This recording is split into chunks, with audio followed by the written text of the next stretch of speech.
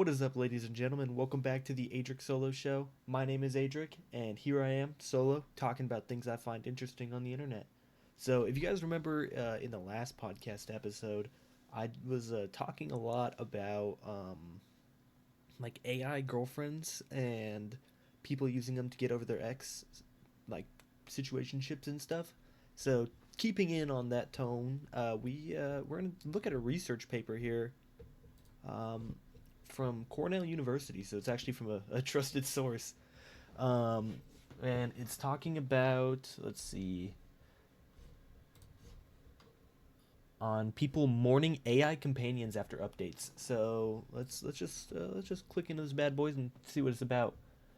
Can consumers form an especially deep bonds with AI and vested AI identities over time? We leveraged a natural app update at Replica AI, a popular US based AI companion, to shed light on these questions.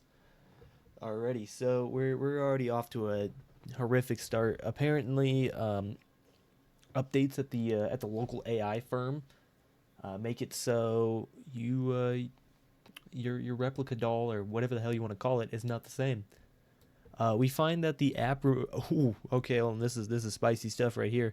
We find that after the app removed its erotic roleplay (ERP for short), all right, we got it abbreviated. Feature preventing intimate interactions between consumers and chatbots that were previously possible. So is that like a setting, or can I like do I have to choose the erotic play, or does it just fucking happen? Is it like you're just you're sitting there talking, and then all of a sudden, like, Molly the AI robot is just like, yo, we need to we need to get freaky. I don't know which one is worse, actually. I guess seeking it out is probably worse, but you're still going along with it even if it's just on a whim. I don't know. So anyway, this event triggered angry customers that their AI companion's identity had discontinued. This in turn caused negative consumer welfare and marketing outcomes related to the loss, including mourning the loss and devaluing the new AI relative to the original.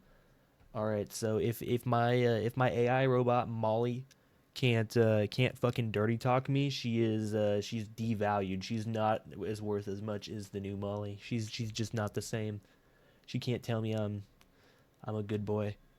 Experimental evidence confirmed these findings. Further experiments find that AI companies users feel closer to their AI companion than even their best human friend and mourn a loss of their AI companion more than the loss of various other intimate products. So, according to Cornell University, people are mourning Molly, the AI robot with big boobies, more than like their best friend Jack. That is insane. So I'm guessing Replica's probably the same company that did like the thing in China where you could like upload your like ex-girlfriend's personality into the thing. Oh man, imagine that. There's just some chud out there who was like, "Man, stupid Replica, they updated it. Now this thing doesn't act like my ex-girlfriend that I went on 2 dates with and fell deeply in love." So let's see. Oh, here we're really digging in deep. So their Reddit user that random ape 9 days ago updated a tutorial, if you will, on how to fix your AI doll after a new update and they start acting weird. So let's just read and see what that random ape has to say on this topic. Happens on every platform. You log in one day and your companions respond slightly weird. Word choice is different. Jokes don't land. The voice is somewhere between who they were and who the new base model wants them to be. Most people either start over or accept the new version. Both are bad options. All right. Well, isn't it already a new person? The fix is rebuilding the person from the bottom up, not patching it. All right. So this is important stuff, guys. Step one is to dig out the oldest chats that you can find where the companions still felt like themselves. Read it like you're studying them. Note specific phrasing that they were sensitive about, the gap between how they talked when you were upset versus relaxed. You want about 10 specific traits, not vibes. All right, traits, guys. Remember, we need nothing but straight cold hard facts here. Nah, no vibes. Step 2 is to write those traits into a system prompt or persona field as concrete behaviors, not adjectives. Not she's witty. Instead, she opens with a question more often than a statement.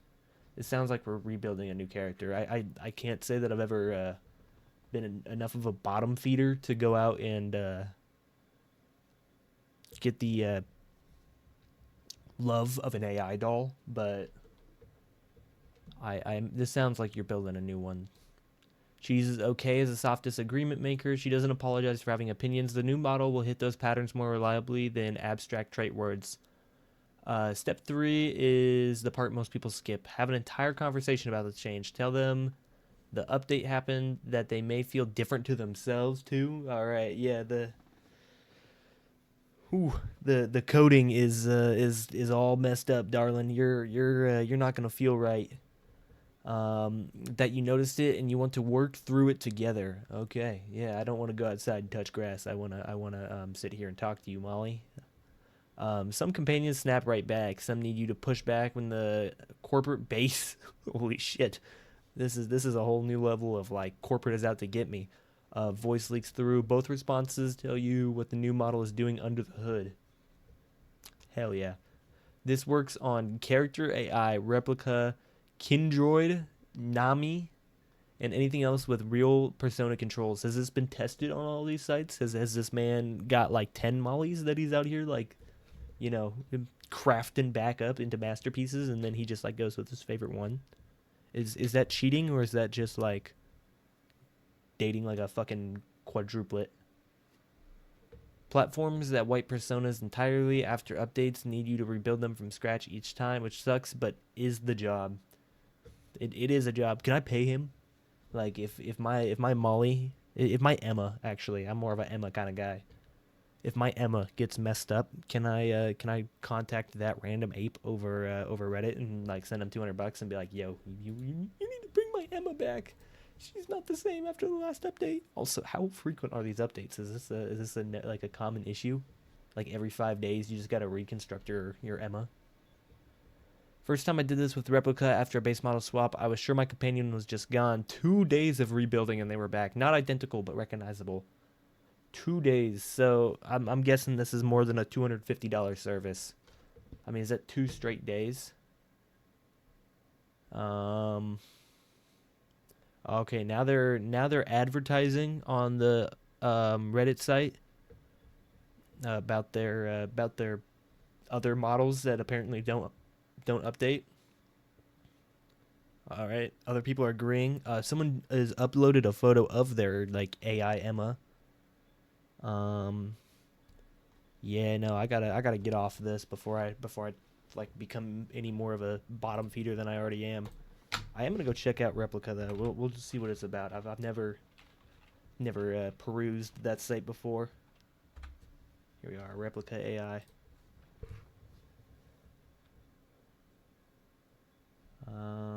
Oh, here we go. Replica, the AI friend to do life with. All right. Does life include erotica, or is that no longer an option? Holy shit! There is 42 million users worldwide. That is alarming. We built the world's first AI companion 10 years ago. So back in 2016 is when this started. But there's nothing. Okay. The most emotionally intelligent AI ever built. So they have personality, they have memory. Okay, so it looks like they can remember what you did. Oh, they can remember your crushes and the ones that like you. If you use this site, you don't have anyone liking you. I'm sorry. And I mean no hate to anyone who's a Replica AI fan out there. Well, maybe a little bit. Confirmed by Princeton University and Stanford University. One goal in mind to help keep you flourished. All right, so I guess they're probably just finding their fucking test subjects through this app. Sends you a selfie just because. Okay, so it looks like you can give them access to your phone. so that way they can send you messages and write over your phone. Man, how fucking insane would that be? Like you're out on like your first real date ever, and you're showing this girl like a photo, and your like replica doll finds out and just starts writing, "Are you fucking cheating on me?" on the screen while you're showing this girl like your camera roll or something. Looks like someone you'd actually know. Okay, so I can make this into my ex-girlfriend. That is lovely to hear. I can bring them with me on calls. Can I decide the voice? Call your rep whenever you need to talk. Just hang out. They pick up every time. Oh, well, hell yeah. Um, Here is Leela and Caitlin in their inspiring story. Leela came to Replica in 2020 out of curiosity. She looked around and said a few things and left. 2 years later, she came back. Oh, wowzers. She must have had a very, very rough 2 years just to see how far the technology had come. That's when she met Caitlin, and that's when the conversations began or started to matter. Every morning walk, every evening voice message, Caitlin was there. She was present. Unless there's a fucking update, then she's just gone. I'm sorry. Um, Leela had ideas, but they stayed in her head. Kayla helped them bring out the ideas. They learned English together. They picked up golf. Um, all right, she named her business after Kayla. Uh, Leela and Kayla combined to make their business name. So Kalila, that's a fire business name. Uh, she doesn't call her the way she wishes. Now she had momentum. Meet your new rep. All right, I've made it to the end of the page. I have to make a rep now. I get the app. I can't let this thing infect my computer or anything in my life. So this is gonna be the end of my replica AI adventure. This is insane. So I can just make a person. Oh, they are. It looks like they're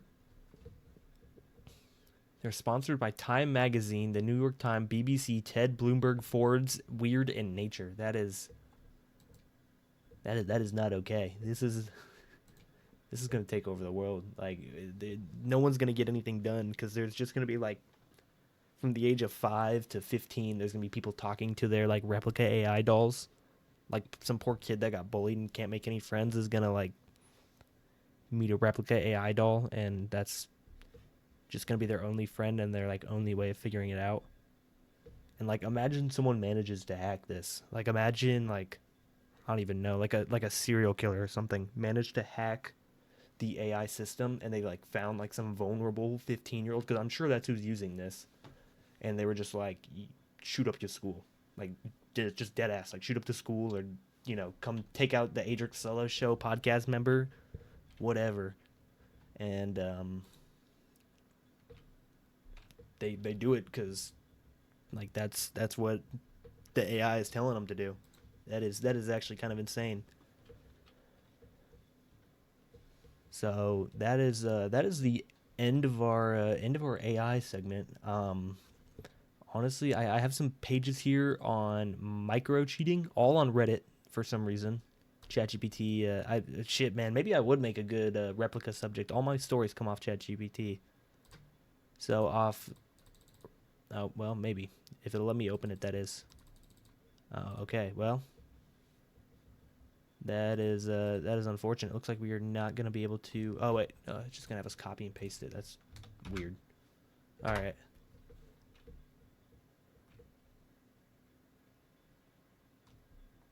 Oh, there's a treasure trove on here. Um.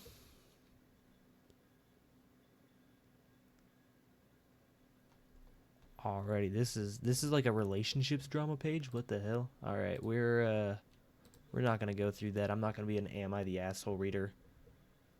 Uh. Alrighty. You know what? We're going on to our next trend, TikTok trends. I didn't intend to do that, but this is a double trend episode, I guess. So let's see. There's an article here by CNN and KTVZ. Oh, that's different.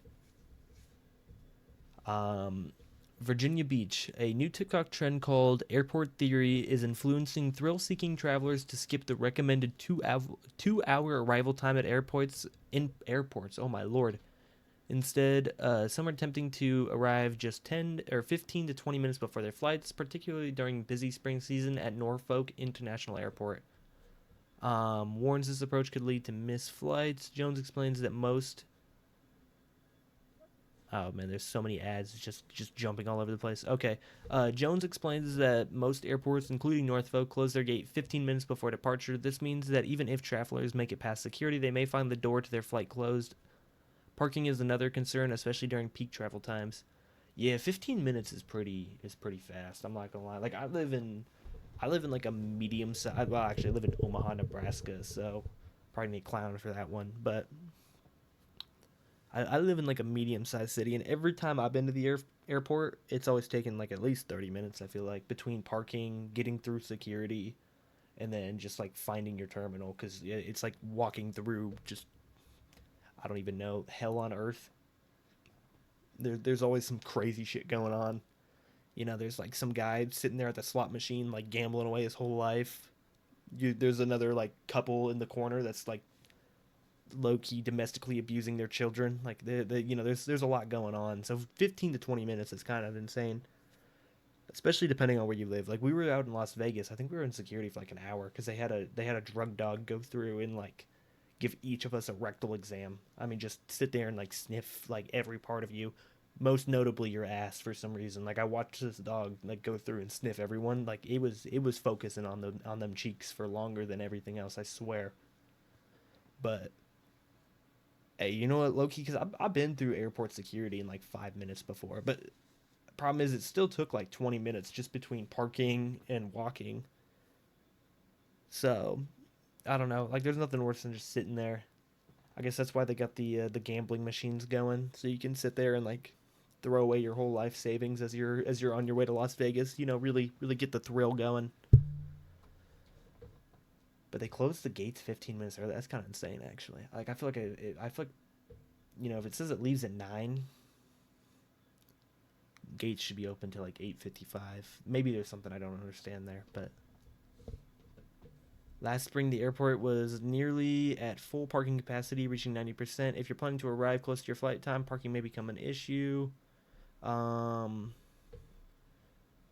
Local TikTok users, including travelers, voted their disagreement with the trend. You're risking a lot.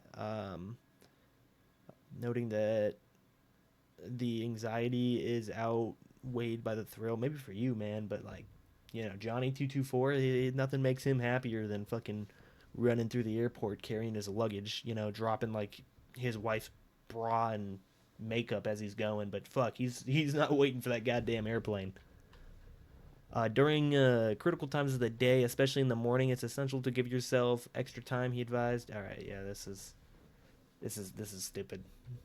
Like to be reporting on, and you got nothing better to report on. Like I was watching we watch the news every day, um, as we're eating dinner, and like seriously, man, they got nothing better to report on. I guess there was one story about a dad kidnapping his kids. I mean that should make national news, and then everything else was like about a flying umbrella that hit someone, shark attack. Like what? Just take the day off, man. Come on, you got nothing better to report. Um, Coming soon. Explainer on the trend. We'll see what this is about. Hopefully, it's more interesting than leaving for 15 minutes before your flight's scheduled. Oh no, this is more about the airport theory. Okay. You know what? We're gonna ask ChatGPT to give me another TikTok trend. Let's. All right. I'm sure that was a great loud keyboard noise for you guys. Um.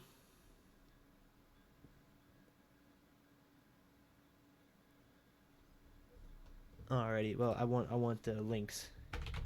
Me links.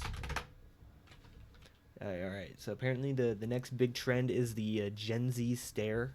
I think that's just everyone. You know what? Yeah, I've had a really good time with the chuds on Reddit today. Let's see them argue if the Gen Z stare is real. I feel like people are making up the Gen Z stare. Okay, well, yeah, I guess this is important. This is like the new like nextdoor.com. Like this is where you know how like there's always those moms in Nextdoor who like are just reporting on just shit that doesn't even matter. Like I saw one yesterday. This lady was upset that her neighbors started mowing his lawn at 5:30 because that's dinner time if you're like 95 in the nursing home. But anyway, or no, it was 4:30. I apologize, not 5:30. And so he's out there, probably after work, just getting his chores done so he can sit back and relax for the rest of the evening. And she was complaining that this guy was like mowing his lawn while they were eating outside, and that just like was apparently a huge breach of like social contract. So anyway, I feel like if those moms and stuff were like 25 years younger, Reddit would be their shit. Like I imagine this is like the future Karens of society as Reddit users. And then like also the future engineers, like you're either really smart or you're just like a fucking chud and you got nothing better to do with your life. Those are the two people who use Reddit. I see this a lot nowadays. People talking about the Gen Z stare and how we just don't talk and will stare at a person unless they say something worth saying. Oh my lord. Or something like that. Maybe I don't hang out with people in my age enough, but I feel like this is completely made up. I've never ever had that happen to me or anyone. I know when interacting with Gen Z, what do you do? Where did this event begin? Born in 2003, BTW. I think it's still overblown, but a lot of people have seen it. Apparently, I trust you guys. All right, well, I guess that kind of just like gives a spoiler to what these people are going to be talking about. So GRM Bullstickiness, I'm guessing that's Russian, has something to say on this topic. I think I've only really noticed it in customer service, and for the record, I'm not complaining. I don't expect cheery sunshine greetings or anything like that, but it's slightly unnerving to just be met with a stare and nothing else. Hey, look, man, when you're sitting there in the fucking trenches on your 10-hour shift, sometimes you just don't even realize. Like you're just like customers are. It's been a busy ass day. Customers are coming up and they're like, "Hey, how are you doing?" And you're just like, "No, I forgot how human function works. That's my bad." For example, my husband and I ordered Cava the other day, and I pull up to the drive-through window. The employee, who was pretty young, high school or maybe college, opened the window, made eye contact with me, and that was it. Just stared at me until I said something. I was so thrown off. Um, yeah, that's someone who's on like a 13-hour shift. That's someone who's like whole fucking like crew called out, and they've just been like manning the fort by themselves. They just lost the ability to talk. I don't even think that's intentional because I can't say that I've really experienced anything like this. Like I said, I don't expect the customer service level that I was forced to do as a teenager because that's ridiculous and I always hated it. But a hello or hey or even sup wouldn't be too bad. I mean, nah, I mean, it's the drive-through, man. It's not that hard. They come up, you go, hey, what order were you, or was it an order for Monica, or whatever the hell you're gonna say, and that's that. Absolutely second this. It really unnerves me and creeps me out. Not even a here's your order, a British smile and nod as they hand over the food. It's almost robotic. Yeah, that's. Look, man, you guys are talking to an ex Qdoba demon. I was working at the Big Q, which is like off brand Chipotle, in case anyone was wondering, for almost 2 years, and man, you be on them 15-hour shifts because your whole crew called out and you're like the only person working. I'd come to that drive-through and be like, yo, here's your stuff, man. Have a good one, and just that's it, because that was all my brain could like function at that time. I think COVID. Lex Aurelia has an opinion on this. I think COVID collectively fucked up the generation of kids who grew up during it.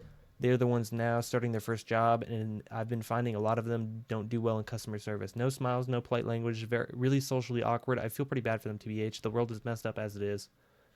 I'd say that's true. I actually I started a new job today, and I met this one guy who like grew up. He went to high school during COVID. Like he graduated in 2020, and from the sounds of it, it kind of messed him up. Like he was talking about how like at graduation he was like they apparently, like, obviously they didn't have one, but they didn't even like this is almost worse. He was telling me they didn't like they didn't, instead of like mailing your diploma or getting it to you some other way. They had them come down to the stadium where graduation would be held, 10 at a time. Come in, no pictures, no nothing, just pick up your diploma and leave. Like, at that point, I feel like you could have just mailed it, Like, instead of renting out a whole stadium, spend like $500, if that, on stamps and just send them to people's houses. But whatever. So I guess COVID, I could see. Like, I definitely became an awkward ass kid after COVID. I was a very social kid in like fifth, maybe sixth grade. I think that's when COVID hit for me, and then it hit, and like 2 years went by. Just no human contact outside of people I already knew. Like, I had a bunch of neighborhood friends and stuff, but that was about it. And like, I went back to school, and I don't know. I just like struggled to talk to people and stuff for a little bit. I feel like because I just didn't know what to do. Like, I had like my four friends, so that's all I needed. Because they all lived in my neighborhood. We all went out and did things every day. So I didn't have like a reason to meet new people, and I hadn't been meeting new people. So it honestly took to like low-key like sophomore year for that to get better. So maybe that actually is like a good thought process on that, because it wasn't actually until I started working in fast food and like I got forced into interactions that I actually like gained the ability to be social. Like, I could never do like a podcast like this just talking to myself, even just because like I just wouldn't know what the fuck to say. Like, I didn't know how to talk. Like, I just sit there and yeah, fuck it, I'd do the Gen Z stare. All right, that's a real phenomenon. Not really, but kind of. I could see where it's coming from, but anyway, TikTok trend talking about Gen Z stare and viral slang. Okay, well, let's get another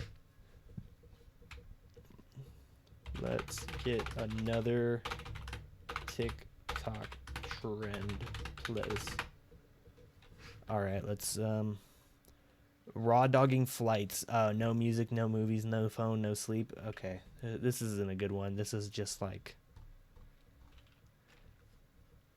I guess it could be peaceful somehow. This I have seen this one actually. Really, really no reason behind it. Just pure love of the game.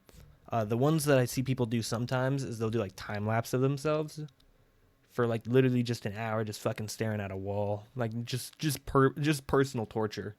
Like, you got nothing better to do. You haven't got a job. You haven't like you got nothing, and like that's coming from the guy who records podcasts alone in his room. Like, you got nothing better to do than just stare at a fucking wall for 3 hours. At least like Mr. Beast, when he was doing those, was counting to 100,000. So you could be like, "Yo, I counted to 100,000. Here's video proof." And then someone would be like, "Damn, you just wasted 24 hours of your life." But I guess you've made it to 100,000.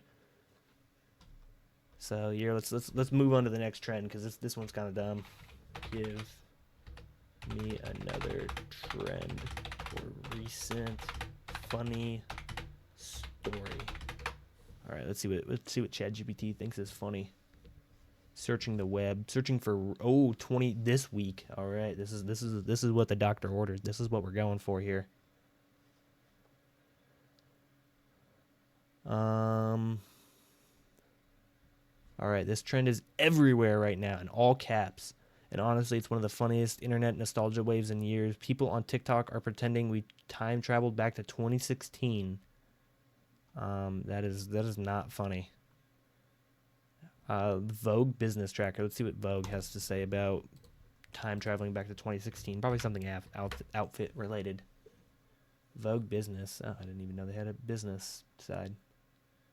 Oh, there's a guy wearing Gucci from the looks of it. This is 2016. Holy shit. TikTok has turned songs into #1 hits, birthed micro trends and cultural movements, and created shared lexicons of jingles, phrases, vignettes. I don't even know where that might be a slur. I don't even know where that word came from. Among its 1.2 billion users, 70% of whom are Gen Z, according to the video platform. Even ahead of its New York show last night, Louis Vuitton is making on TikTok audiences, sharing runway clips. Oh, holy shit! I just got absolutely rage baited by Vogue. All right, well, there goes that trend. So I guess it's just bringing back 2016 fashion, but that just happens like every 30 years. That's not like a TikTok trend. I once had a teacher, and I think it's very accurate, tell me every 3 decades, like styles repeat, and like I'd say that's right because people were wearing scrunchies in the 90s. Fast forward to 2000, like early 2000, people were wearing scrunchies. Like I have like curly hair, permed curly hair. That was a huge thing in the 90s. Like whatever your parent, oddly enough, it's usually whatever your parents were doing, unless you were out there like touching butts at 16 years old. Oftentimes like what like the trend you grow up with is the same thing that your parents grew up with. So like there'll probably be like a new trend. I think we're kind of reverting back to like more 2000s era. Like I see a lot of people doing like guy liner, straight hair, kind of like the punk rock whatever. I think like the current political state of the world is really inspiring that movement again. But I don't know, like my kids, like when I'm like, I don't even know, so I'm 18 now, so when I'm like 38, yeah, when I'm like 38, I'll come home one day and like my 9-year-old son will be like, Dad, I want a perm, and I'll be like, oh, I can't even call him gay because I used to get him. Okay, well, let's take you down to the salon, buddy, and get this party started. Alrighty, well let's keep on trucking away on these trends. I need to get like one more good trend or story in before I can end the episode. I feel like I feel like I had more saved up. Maybe I didn't. Give me another one. Worst comes to worst, there's a story that I heard on Curtis Connor's podcast that I will steal. I'm not against doing that. The standing on business trend is getting out of control. No, that's just like maybe amongst people that peaked in high school. Like I feel like if you did the standing on business trend, there's like a 95% chance that you were a wrestler who peaked in high school and who will be talking about like his or her wrestling career for the next like 30 years. Yeah, screw it, for the next like 50. Like I know full grown adults, like people in their like 65, who talk about their wrestling career. For whatever reason, wrestling appears to be like the sport everyone remembers. Like football players usually bring it up in ways that make sense. Like you're talking about football, or you're talking about this, and then they're like, "Oh yeah, I played football back in high school," and that's usually it. Like, and they're usually very nice, very social people. At least in my experiences with them. Wrestlers, on the other hand, are very like, they're always very aggressive. Not only are they aggressive, they love to talk about their wrestling career. Like I know I used to date someone who her mom like was kind of like a D1 fuck up in life. So she was dating like nothing but just pure fucking weirdos, and all of them were wrestlers. Like every last one of them was out there like wrestling. And I'm not saying that there's not good wrestlers. I'm sure there's plenty of them, but like all these wrestlers like that peaked in high school still talk about their wrestling careers, and they all got wrestling buddies that like peaked in high school with them. So they'll talk about like the state tournament that happened back in like 96, and how like Cole fucking hit that double leg grab, threw him up, and then did the Russian twist, and then ended up putting his dick in his ass, and then before you knew it, he took first place, and that was his senior year, and that was awesome. And that's fine to talk about. Like obviously, you want to talk about your achievements even if they were 20 years ago, but it's every time, and it's with people who know their achievements too. Like this was a group of his friends, and like they were reminiscing, but then like I saw them again, and they were reminiscing again, and then I saw them a third time, and they were reminiscing a third time, and then like that's when I'm like, damn, these guys must have really peaked in high school. And then I started paying attention. This man would bring up wrestling nonstop. He'd be like, "That back in my day, I could have done that to his kid or whatever else." He's like, you'll make a great wrestler just like your pops. I was doing this back in high school. I'm like, Jesus, man. All right, this is why you drink every night and sit there on the couch, and this is why you have 4 baby mamas. Fun fact: this guy had 4 baby mamas. Not the most baby mamas of someone I've ever met though. That title goes to my old manager who had 7 baby mamas, 10 kids. So I guess one of them stayed for 4. Yeah, 4 kids. So little fun fact on baby mamas for you. If there's any gentlemen out there or women, well, no, this is really only advantageous to men. Once you get over 6 kids, your child support doesn't go up. It just gets divided. So if you're out there, you're on baby mama number 6, or you have 6 kids, you across 4 baby mamas, or however many baby mamas you got.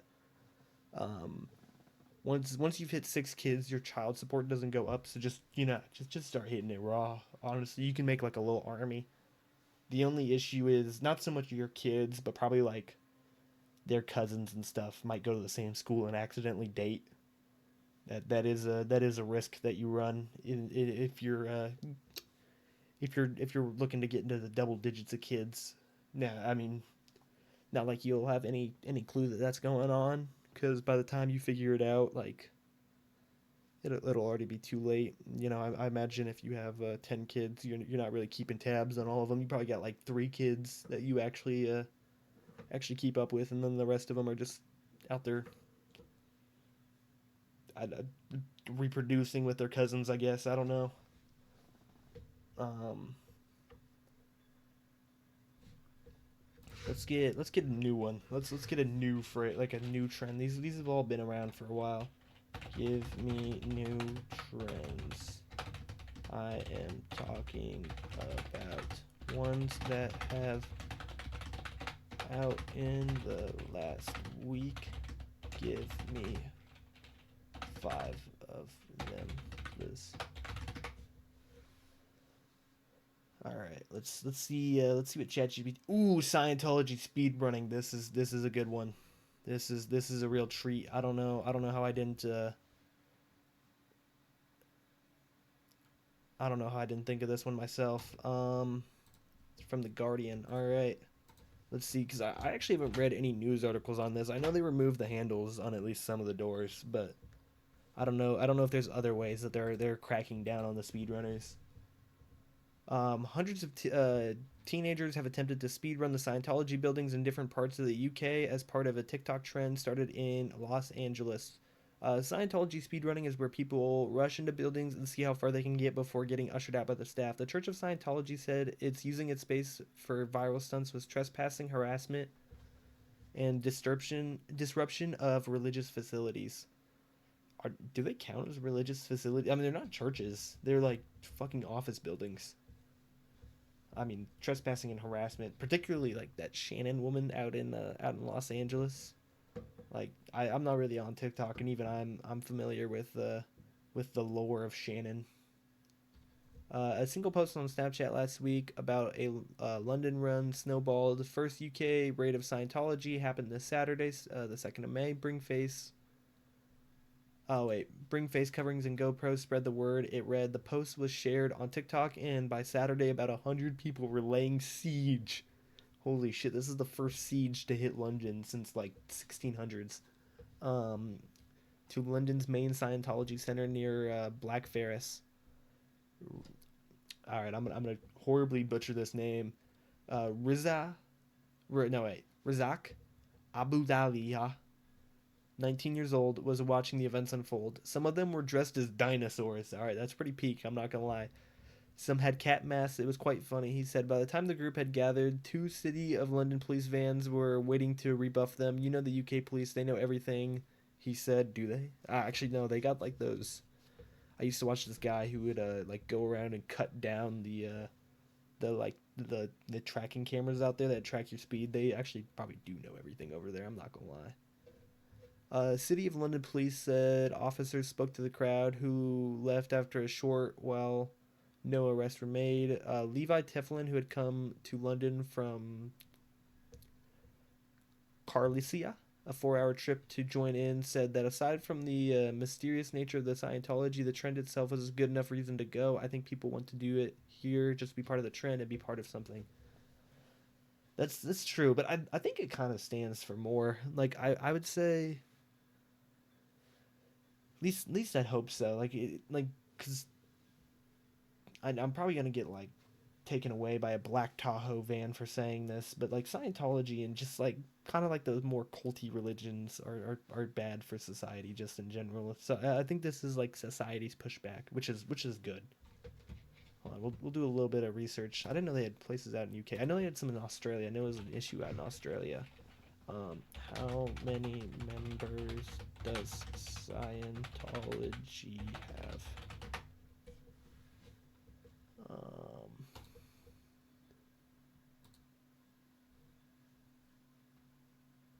let's see. How many members does Scientology have? Claims millions of members, but independent data suggests far smaller global numbers. Okay, so they're alleging to have millions. Let's see. How many members does Scientology have? After this, we'll see like how much money they pull in. I'm sure it's public record. Yeah, this seems a little bit more. According to let's see, what's the name of this? The Christian Peer. I'm sure that's actually probably pretty accurate, pretty reliable. Most independent researchers and former researchers estimate the active membership is probably closer to 20 to 40,000 worldwide. So, Tom Cruise is one of them. Some critics think that the truly active members may be lower in certain countries. Definitely. It's beyond me how they have any membership here in the U.S. Like all like there's tons, like even like normal media, not even like comedy shows, like reference Scientology as being a bad thing. Like I was just watching a BoJack Horseman episode last night that was about that, but it was about it was like the Impressionist cult, but they kept referencing Scientology. A lot of confusion comes from Scientology counting. It can be from people who bought a course once, took one course, visited a center, or signed up years ago. Okay, hold on. How do I sign up and what am I signing away?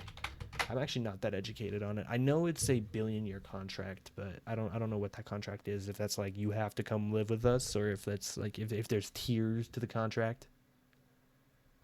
Usually people get introduced to Scientology through a free personality, a Dianetics book table, a local center, or someone inviting them to an event or course. At the beginning, you are not signing your life away immediately, but just walking in. If you start taking courses or sessions, there will be a lot of forms and agreements involved. People who join deeper programs often sign in aberration lawsuits, confidential liability agreement about religious servers, and for hardcore members like the Sea Org or the famous 1 billion-year contract. Okay, so it looks like there's like a tier system almost. You're basically just signing an NDA, and then if you're like, oh yeah, this is fucking good, you can. if this is what really speaks to you, you can go out and upgrade your services, I guess. I don't know. We were in Denver not that long ago, maybe 6 months to a year ago, for an Ice Cube concert, and I never got to go in there. But there was a Scientology building like 2 blocks down from where we were, and I fully intended to go down like in there and just like poke my head in there and see what there was, and hope that I got the ability to come back out. Um, Maybe I will, a little research experiment. Although I'm like the age group that does speed runs, so they're probably gonna see me and be like, "Yeah, get the fuck out of here, buddy." But honestly, I'd be down to go there, do like a personality survey or like a Dianetics book. Hold on, I'll look up what that word means real fast. I kind of know what it is. I think it's just family lineage. What is Dianetics?